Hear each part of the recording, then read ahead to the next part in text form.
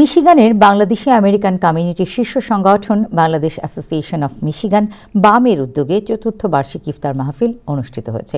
২৮ ফেব্রুয়ারি Warren সিটির আইওয়ানা banquet হলে আয়োজিত এই অনুষ্ঠানে ফেডারেল, স্টেট, কাউন্টি ও সিটি পর্যায়ের নির্বাচিত জনপ্রতিনিধি, ধর্মীয় ও কমিউনিটি নেতৃবৃন্দ এবং বিপুল সংখ্যক প্রবাসী অংশগ্রহণ করেন।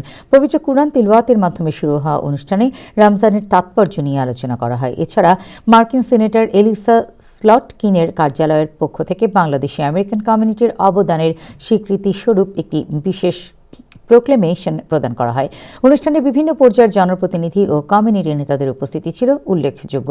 শেষে বামের সভাপতি জাবেদ চৌধুরী সফল আয়োজনের জন্য সকলের প্রতি কৃতজ্ঞতা জানান। ইফতার ও জামাতে নামাজ আদায়ের মধ্য দিয়ে অনুষ্ঠানের সমাপ্তি ঘটে।